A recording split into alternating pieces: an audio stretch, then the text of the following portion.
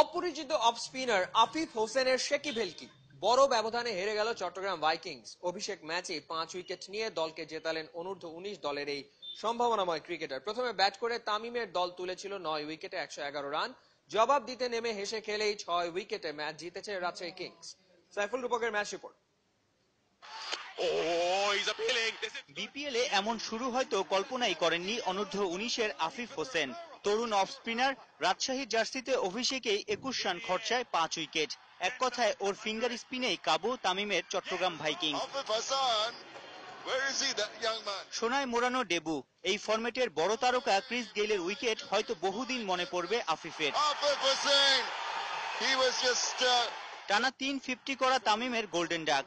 এক শোয়েব মালিক বাদে ব্যাটে ধার ছিল না আর কারোই। 20 ওভার শেষে 9 উইকেটে চট্টগ্রামের বোর্ডে কেবল 111। মালিকের ব্যাটেই আনবিটেন 67। ছোট টার্গেট ধীরে চলো নীতিতে রাজশাহী। পাওয়ার প্লেতে সোহানকে হারিয়ে ওদের সংগ্রহ 32। 21 করে ফিরেছেন মুমিনুল। দ্রুত আউট সাব্বির আর স্যামি। তবে দলকে বিপদে পড়তে দেননি জেমস ফ্রাঙ্কলিন।